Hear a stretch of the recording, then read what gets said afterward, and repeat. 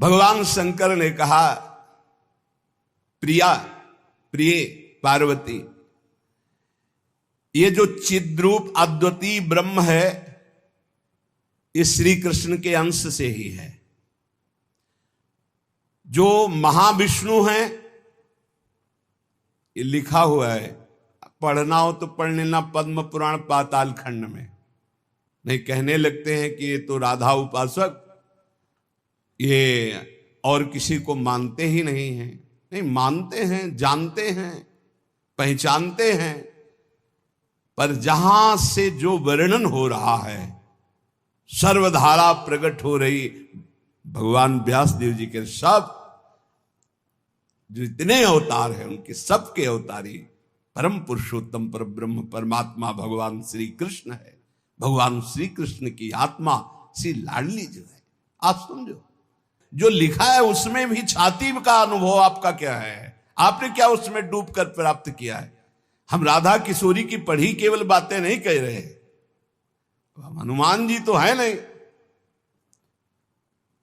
कि ऐसे छाती चीरा तो मैं दिखा दिया कि श्यामा श्यामा मांस ही निकलेगा और कुछ नहीं दिखाई देगा, क्योंकि तुम्हारा मांस देखने वाले नेत्र हैं। अगर श्यामा श्याम देखने की कृपा कर दें आपके ऊपर कि आप देख लो तो बिना चीरे देख लोगे, पक्का समझ लो। क्रोध और आवेश में अंतर होता है, ध्यान रखना। क्रोध होता है जब अपनी इच्छा के प्रतिकूल कोई बात होती है, और आवेश होता है जब धर्म और इष्ट के प्रतिकूल। जैसे भगवान शंकराचार्य जी के पास एक भैरव उपासक आया और उसने कहा कि आप तो ब्रह्म स्वरूप हैं, शरीर में राग आपका है नहीं? बोले बिल्कुल नहीं। बोले आपकी गर्दन उतार करके मैं भैरव सिद्धि के लिए जब कपाल स्वाहा बोलूंगा तो मैं सिद्ध हो जाऊंगा, हमारा काम बन जाएगा, आपको तो शरीर से कोई मतलब नहीं। बोले अभी उतार लो। वो तैयार हुआ तो उनका रुको, अभी सब सेवा परायण शिष्य देख लेंगे तो तुम्हें मार डालेंगे। कल 4 बजे आना, मैं गंगा स्नान करके वृक्ष के नीचे पीपल के ध्यानस्थ होऊंगा, गर्दन उतार ले जाना। ऐसा ही हुआ।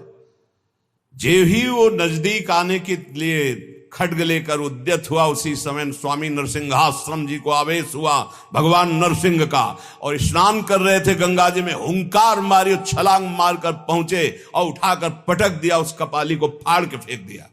और फिर शांत सन्यासी, फिर शांत सन्यासी। पूछा गया ऐसा? उनका मुझे कुछ पता नहीं। नरसिंह भगवान का आवेश एकदम तत्काल ऐसे, जो आवेश में वो क्रोध का नहीं होता। जब धर्म, राष्ट्र, इष्ट, इसके लिए नहीं कि साधु होकर के क्रोध करते हो, साधु होकर इष्ट की निंदा सुने, साधु होकर धर्म के विरुद्ध आचरण, शास्त्र प्रतिपादन।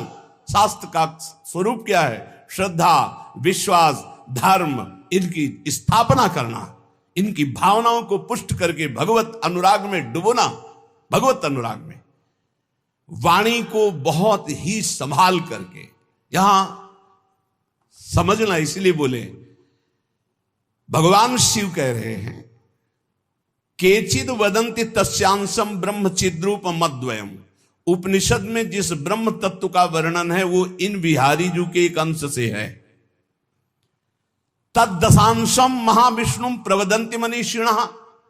मनीषी लोग जो शास्त्र के ज्ञाता जन हैं वो कहते हैं कि वृंदावन बिहारी श्री लालजू के 10 अंश से महाविष्णु का अवतार हुआ।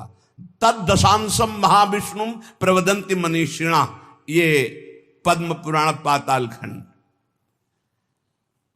और सनकादि योगीश्वर अपने हृदय में जिन भगवान श्री हरि का चिंतन करते हैं वो भी ये जो गर्दन टेढ़ी किए हुए, अधरों पर बंसी विराजमान किए हुए, ललित त्रिभंगी अनंत कामदेवों को भी मूर्छित करने की सामर्थ्य रखने वाले वृंदावन बिहारी जी, जो तिरछी चितवन से मंद मुस्कान के द्वारा करोड़ों कामदेवों की सुंदरता को ह्रास, उपहास, लघु कर रहे हैं, ये जो अपने अधरों में बंसी की ध्वनि कर रहे हैं, जो मुरली की ध्वनि से हमारे हृदय को प्रेमानंद में डुबो रहे हैं, त्रिभुवन को विमोहित कर रहे हैं, इनकी महिमा अगाध और अपार है। हे पार्वती जी, ऐसा भगवान शंकर।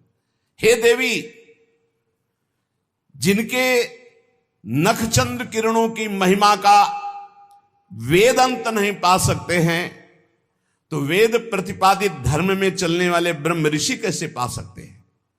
उन्हीं भगवान श्री कृष्ण के संबंध में कुछ और बता रहा हूं, तुम सुनो और सुनकर मुदित आनंदित हो। ये त्रिगुण माया से रचा हुआ अनंत ब्रह्मांड है उन्हीं श्री कृष्ण के द्वारा।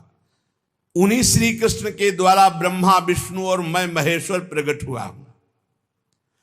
जितने भी देवता दैवी शक्तियां सब उनके करोड़वें करोड़वें अंश से उत्पन्न हैं। सृष्टि स्थिति और संहार की शक्ति युक्त से ब्रह्मादि देवता ये सब उन्हीं महान बिहारी जी के वैभव हैं, प्रभु के वैभव हैं, श्री कृष्ण के। श्री कृष्ण रूप का जो करोड़वां अंश है, उसका जो करोड़वां अंश है, उससे कामदेव उत्पन्न हुआ जो पूरी सृष्टि को नचाए दे रहा है।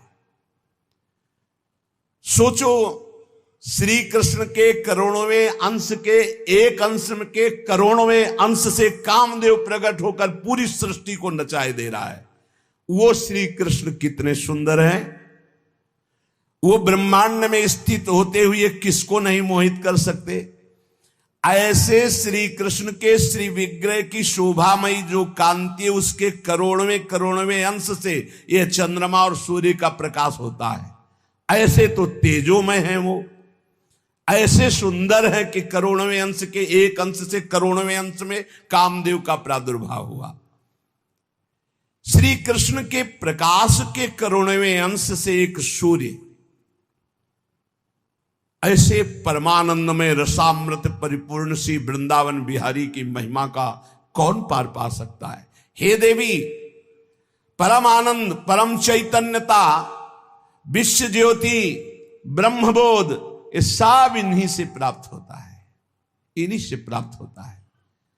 इनके श्री चरण कमल युगल नख रूपी चंद्रकांति मणि से निकलने वाली जो प्रभा, उसी तेजो ज्योति में पूर्ण ब्रह्म में लीन बताया गया है। और ऐसे विश्व को मोहित करने वाले मदन मोहन, जिनके करोड़वें करोड़वें अंश में सब सूर्य चंद्र काम आदि देवी शक्तियां, इनको श्री राधा जी अपने अधीन किए हैं, इसलिए इनकी प्राण वल्लभा है। यही श्री कृष्ण में शक्ति संचार करके आद्या शक्ति मूल प्रकृति होकर अनंत ब्रह्मांडों का क्षण मात्र में सृजन कर देती है।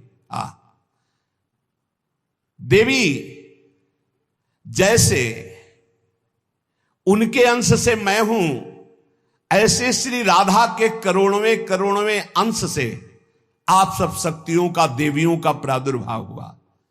इसलिए सर्वोपरि राधा पद रज स्पर्श, महादेव जी, सर्वोपरि राधा पद रज स्पर्श, ऐसे स्पर्श से ऐसे महामाधुर्य सिंधु श्री कृष्ण का रसास्वादन होता है। भगवत स्वरूपा श्री राधा जी की महिमा और उनके स्वरूप को कौन वर्णन कर सकता है, जब वेद ही श्री कृष्ण के लिए नेति नेति वर्णन करते हैं। ऊर्ध्वरेता परम बाल ब्रह्मचारी सनकादि ऋषियों ने भगवान ब्रह्मा जी की ब्रह्म सभा में पूजा करके कहा कि हे देव,